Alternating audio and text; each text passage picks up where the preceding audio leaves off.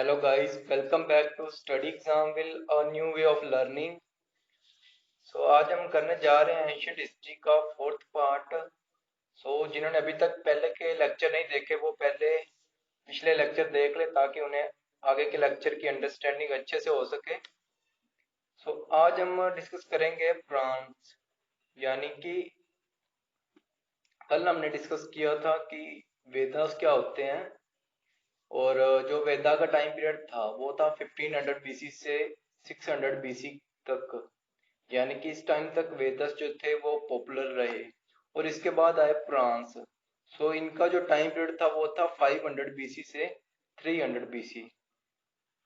वेदस में हमने डिस्कस किए कि ऋग्वेदा में क्या क्या चीज इंक्लूडेड थी, सामवेद में कौन कौन सी चीज इंक्लूड थी, यजुर्वेद में कौन कौन सी चीज इंक्लूड थी, और इसके बाद लास्ट था अथर्ववेदा और उसके पर्सनालिटी कौन थी, पंडित कौन थे, उपनिषद कौन से थे उसके।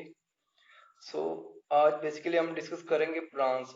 जो टोटल फ्रांस थे वो थे 18, यानी कि उस टाइम पर 18 फ्रांस थे। जिस तरह से कह लो 4 वेदा थे और इसी तरह 18 पुराण थे। और इन पुराण में जो सबसे ओल्डेस्ट पुराण है वो है मत्स्य पुराण। और इसमें 10 इनकारनेशन है लॉर्ड विष्णु की, यानी कि एक तरह से कह लो इसमें लॉर्ड विष्णु के बारे में बताया गया है। आगे नेक्स्ट हम देखते हैं फिलोसफी ऑफ वेदास, यानी कि वेदास में हम किस चीज को पढ़ते हैं, मेनली कौन कौन सी चीजें इंक्लूडेड हैं। जो फर्स्ट है वो है संख्या, एंड नेक्स्ट इज कल्पा, उसके बाद है व्याकरण। और जो ये व्याकरण है ये गिवन दिया गया था बाय पाणिनि। और व्याकरण को में जो ग्रामर इंक्लूडेड है वो है संस्कृत ग्रामर, यानी कि ये संस्कृत ग्रामर में लिखे गए हैं एक तरह से। और इसे हम कहते हैं पाणिनि अष्टाध्यायी। क्लियर। और इसके बाद जो नेक्स्ट फोर्थ फिलोसफी ऑफ वेद है वो है निरुक्ता, और नेक्स्ट है फिफ्थ चांद, और लास्ट है ज्योतिषा। अगर हम संख्या की बात करें तो इसमें कह लो मेनली इंक्लूड है, इसमें हम बात करते हैं शिक्षा की, यानी कि हाउ टू प्रोनाउंस वैदिक मंत्र, यानी कि वैदिक मंत्र को कैसे उच्चारना है, कैसे प्रोनाउंस करना है, इसमें यह सब बताया गया है। और इसके बाद है कल्पा, और इसमें बताया गया है कि rules related to performance of Vedic literature, यानी कि जो भी रूल्स हैं वैदिक लिटरेचर को लेके वो बताए गए हैं इसमें कल्पा में। और व्याकरण तो पता ही है कि किस लैंग्वेज में कौन सी ग्रामर यूज की गई है। व्याकरण जैसे पंजाबी की व्याकरण कौन सी आपको पता ही है। और नेक्स्ट है निरुक्ता, इसमें बताया गया है वैदिक डिक्शनरी, एक तरह से कह लो, यानी कि जो कह लो वर्ड की ट्रांसलेशन हो सके उसमें ये सब चीजें इंक्लूड की गई हैं। नेक्स्ट है चंद, इसमें पोइटिक स्टेंजास इंक्लूड किए गए हैं चंद में, यानी कि इसमें पोइटिक एक तरह से कह लो पोएम्स ही इंक्लूड की गई हैं चंद में। और ज्योतिषा में एस्ट्रोलॉजी होगी या कह लो एस्ट्रोनॉमी होगी, वो चीज इसमें इंक्लूड की गई है ज्योतिषा में। मेनली हमें बस इतना ही याद रखना है कि फिलोसफी ऑफ वेदा में कौन कौन से पार्ट्स में डिवाइड है, तो ये 6 ही याद रखने हैं। और ज्यादा से ज्यादा ये पूछ सकते हैं कि व्याकरण में कौन सी ग्रामर इंक्लूडेड है, तो वो है संस्कृत ग्रामर। हमें बस इतना ही याद रखना है, आगे इनकी डिटेल की जरूरत नहीं है कि संख्या में क्या चीज इंक्लूडेड है, कल्पा में क्या चीज इंक्लूडेड है, वो तो बस समझाने के लिए बताया आपको। आगे नेक्स्ट है महावस्या, और इसके अगर हम बात करें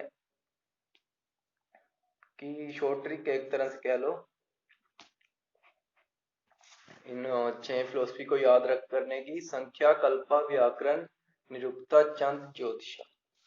क्लियर। SKVNCJ, अगर कभी पेपर में भूल जाए ये सारी चीजें तो यहाँ से याद कर लें, एक तरह से कह लो शॉर्ट ट्रिक्स ही है ये। आगे नेक्स्ट है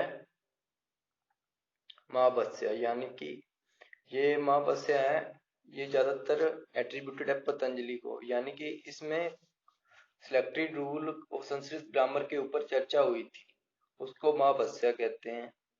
आगे नेक्स्ट है किसका वृत्ति ऑफ जयादित्य, इसको हम कंसिडर करते हैं as a fourth grade grammar, यानी कि चौथी बड़ी ग्रामर, यानी कि इससे पहले भी तीन बड़ी ग्रामर्स हैं, वो हम डिस्कस नहीं कर रहे हैं। अगर हम उपनिषद की बात करें, जो उपनिषद होते हैं, जैसे वेद थे, उसके बाद पुराण है, उसके बाद उपनिषद आए। सो जो पीरियड ऑफ उपनिषद था वो था 500 बीसी से 300 बीसी, और उपनिषद की संख्या कितनी थी? 108। पुराण की कितनी थी? 18। और वेदास कितने थे? 4। और इसी तरह जो इम्पोर्टेंट थे इनमें से, और उपनिषद को कहते हैं हम फिलोसफिकल टेक्स्ट, इसको हम उपनिषद को फिलोसफिकल टेक्स्ट भी कहते हैं, ये ध्यान में रखें, कभी पूछ लेते हैं। Upanishad is also known as philosophical text.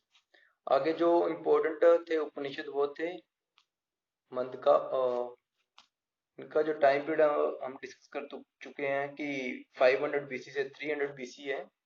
आगे नेक्स्ट जो इनकी टाइप्स हैं, एक तरह से कह लो इम्पोर्टेंट जो उपनिषद है वो है, फर्स्ट है मंदका उपनिषद, और नेक्स्ट है जबला उपनिषद।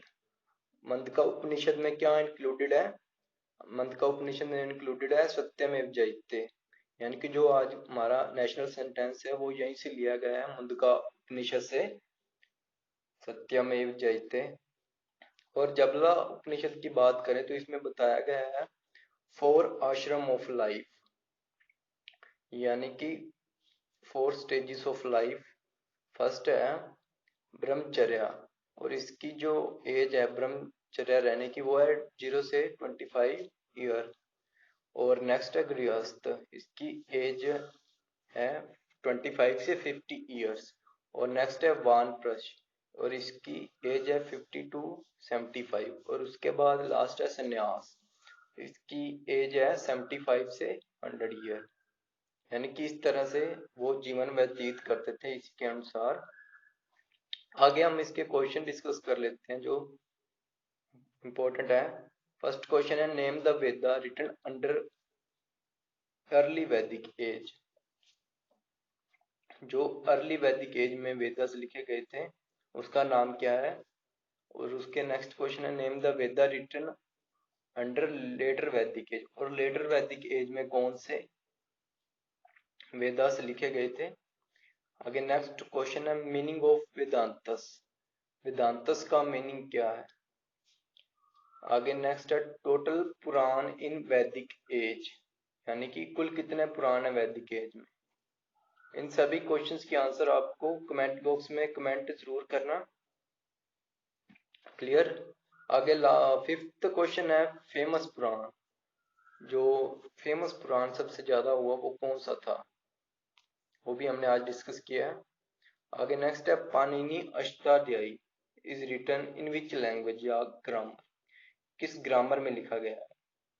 सेवंथ क्वेश्चन है which is considered as fourth grade grammar. आगे नेक्स्ट एट क्वेश्चन है Satyameva Jayate sentence is taken from which Upanishad, यानी कि जो हमारा आज का इंडिया का नेशनल सेंटेंस है सत्यमेव जयते, ये किस उपनिषद से लिया गया है। आगे नाइन्थ क्वेश्चन है उपनिषद इज आल्सो नोन एज, उपनिषद को हम और किस नाम से जानते हैं। आगे टेंथ लास्ट क्वेश्चन है जबला उपनिषद गिव इंफॉर्मेशन अबाउट, जबला उपनिषद से हम कौन सी इंफॉर्मेशन एक्सट्रैक्ट करते हैं वो बताना है। सो आज के लिए बस इतना ही, बाकी हम कल करेंगे। सो जिन्होंने भी आज का लेक्चर देखा है, अगर अच्छा लगा है तो चैनल को सब्सक्राइब कर दें और साथ में बेल आइकन को भी प्रेस कर दें, ताकि आने वाली वीडियो के अपडेट्स आपको अच्छे से मिल सके, टाइम पर मिल सके। और कल हम डिस्कस करेंगे और रिलीजन के बारे में, इसके बाद कौन से रिलीजन आए इस टाइम पर, कौन से रिलीजन थे, यानी कि जैसे बुद्धिज्म हो गया, जैनिज्म हो गया, तो वो हम कल के लेक्चर में डिस्कस करेंगे। आज के लिए बस इतना ही। Thank you.